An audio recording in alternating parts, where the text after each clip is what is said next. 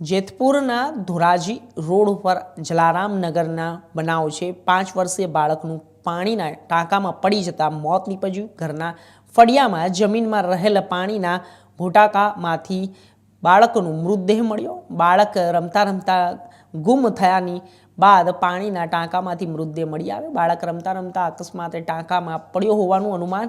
ધાર્મિક અપારનથી નામના જ્યારે 5 વર્ષીય બાળકને સરકારી હોસ્પિટલમાં ખસેડાતા મૃત જાહેર કરાયો હતો। તેણે 3 બહેનો અને 1 ભાઈનું મૃત્યુ થતાં તે શોક છવાયો હતો।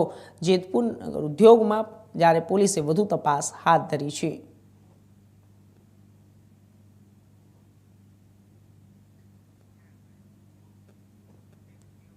જેતપુરમાં ઉદ્યોગ નગર પોલીસ સ્ટેશનના વિસ્તારમાં એલસીબી દ્વારા જુગારનો જ્યારે અખાડો પકડી પાડ્યો।